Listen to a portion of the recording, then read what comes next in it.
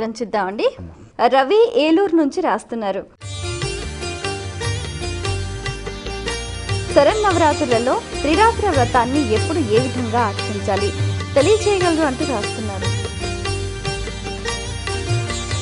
శరన్నవరాత్రులలో త్రిరాత్రము అంటే దీనికి మళ్ళీ రెండు రకాలుగా చెప్పబడ్డది.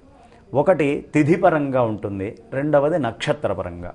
తిథిపరంగా ఉన్నటువంటి వాళ్ళు 27వ తారీఖు నాడు సప్తమి ఎప్పుడు వస్తుందో చూసుకొని చక్కగా సప్తమి, అష్టమి, నవమి 3 రోజులు చేసుకొని దశమి రోజు ఎప్పుడైనా సరే మధ్యాహ్నం పూట మాత్రమే ఖచ్చితంగా కలశ స్థాపన అనేది చేయాలి.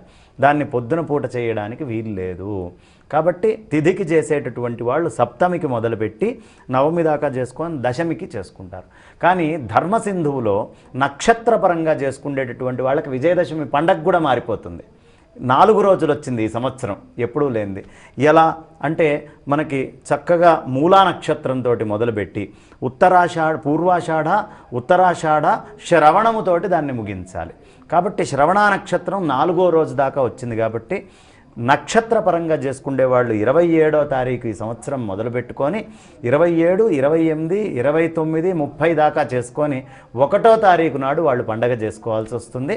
కాబట్టి నక్షత్రపరంగా 27 to 1, అదే తిథిపరంగా వచ్చేటప్పటికి 27 నుంచి 29 దాకా చేసుకొని 30వ తారీఖు అందరికీ పండగ ఉంది. ఆ రకంగా కలశ స్థాపన చేసుకోవచ్చు. దీని ప్రత్యేకత అదమ్మా. చాలా సంతోషం అండి. మీ అమూల్యమైన సమయాన్ని కేటాయించి మా ప్రేక్షకుల ధర్మ సందేహాలకు శాస్త్రీయ సమాధానాలు అందించినందుకు ధన్యవాదాలు.